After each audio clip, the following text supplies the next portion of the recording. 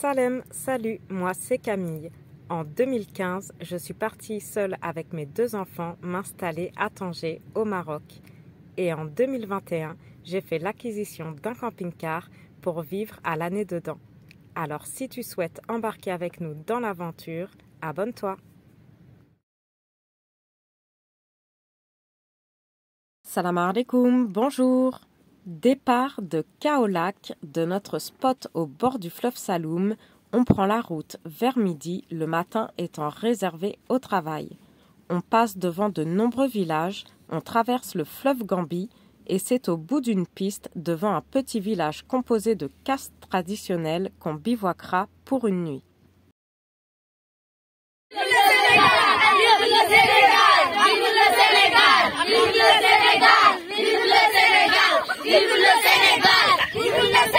Sur le chemin du retour de l'école, les enfants sont venus nous saluer. Et nous reprenons la route pour traverser la Casamance d'est en ouest. La Casamance, c'est la région tout au sud du Sénégal. Mais pour y accéder, il faut soit traverser la Gambie, petit pays de 50 km de large enclavé dans le Sénégal, soit prendre le ferry de Dakar à Ziguinchor, soit faire le tour de la Gambie.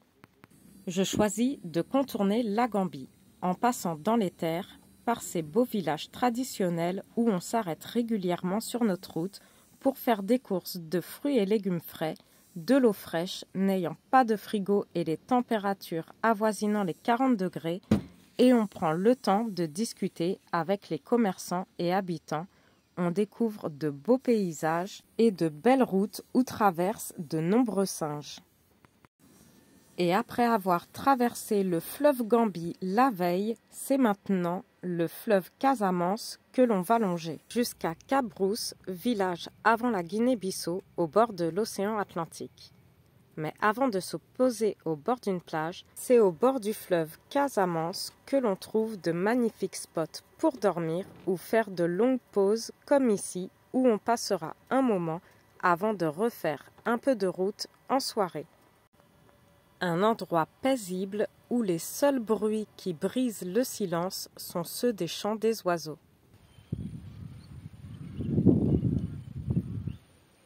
On appelle cette région le grenier du Sénégal. Les routes sont bordées de rizières, de palétuviers, de mangroves, de forêts où l'on peut observer des singes, ce gros arbre que l'on appelle les fromagers. Ici, tout est différent de la vie du nord du pays. Les différentes ethnies, bien qu'elles vivent en parfaite harmonie, sont regroupées en villages ou en quartiers. C'est à quelques kilomètres de Ziguinchor que nous ferons notre dernier bivouac avant d'atteindre notre spot au bord de l'océan. Ziguinchor, c'est la plus grande ville de la Casamance. Cette ancienne ville coloniale passée aux mains des Portugais puis des Français compte un peu plus de 500 000 habitants. Nous nous y arrêterons une semaine plus tard et pour l'instant, nous traverserons juste la ville. Durant cette traversée de la région d'est en ouest, nous avons beaucoup roulé, mais profité pleinement des paysages. Pour cette dernière journée de route, c'est au bord d'un bras du fleuve que nous nous réveillons, bordés d'arbres à coton, avec un splendide lever du soleil avant de commencer le travail. Au programme, école en ligne et montage vidéo. Et c'est après manger, en début d'après-midi, que nous reprendrons la route pour arriver cette fois-ci à notre destination qui se trouve plus qu'à quelques dizaines de kilomètres.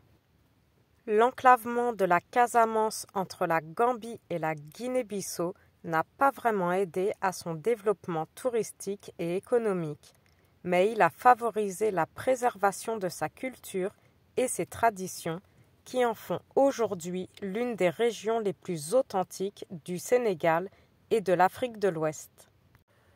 À ce moment-là, nous ne le savons pas encore, mais nous allons recevoir un accueil casamançais des plus chaleureux et nous vivrons des expériences enrichissantes et émouvantes et découvriront des traditions vibrantes. Je vous partagerai tout ça dans les prochaines vidéos. D'ailleurs, vous pouvez activer la cloche des notifications pour ne pas les manquer. Mais en attendant, on est déjà ébloui par la beauté des paysages sur la route. On apercevra même sur notre route un panneau avec l'inscription « Mare aux crocodiles ». On essaiera d'y aller, mais le chemin est beaucoup trop étroit pour le camping-car et à pied, ce n'est pas trop prudent et on n'a pas trop envie de s'y aventurer à pied. On fera donc demi-tour et les crocodiles, ça aussi, ce sera pour une prochaine fois.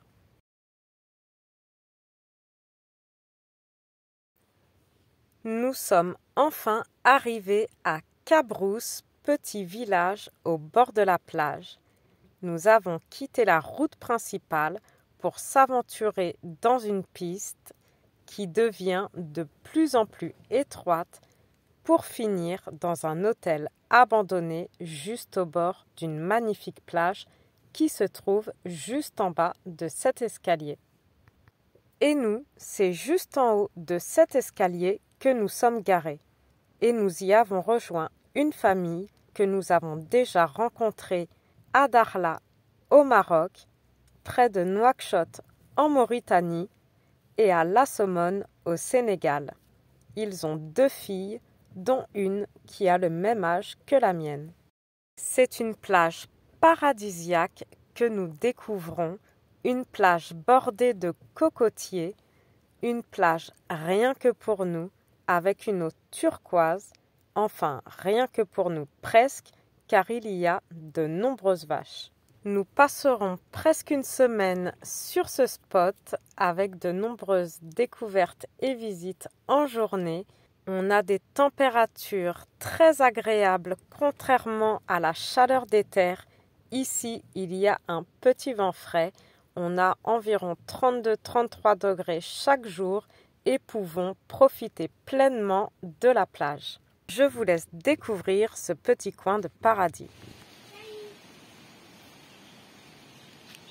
Un autre 4x4 là-bas, il y a un camion de pompiers aménagés aussi et les chambres abandonnées de l'hôtel avec l'armoire, bureau, les 2 tables de chevet, le lit au milieu, la salle de bain, lavabo, douche et toilette turque. Il n'y a plus du tout de toit.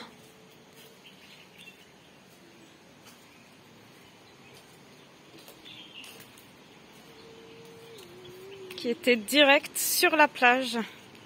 Et tant mieux que c'est abandonné, nous ça nous permet de pouvoir squatter. On y va. Et la piscine. Et nous on est juste en haut de l'escalier. Par là, par là. J'ai ma petite guide. Voilà. Avec ses petites oreilles bleues.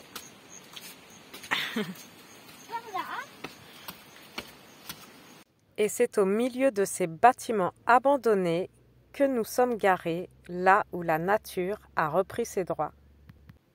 J'espère que cette vidéo vous a plu. N'hésitez pas à liker, à partager et à commenter. Et dans les prochaines vidéos, je vous partagerai des moments exceptionnels que nous avons vécus ici en Casamance.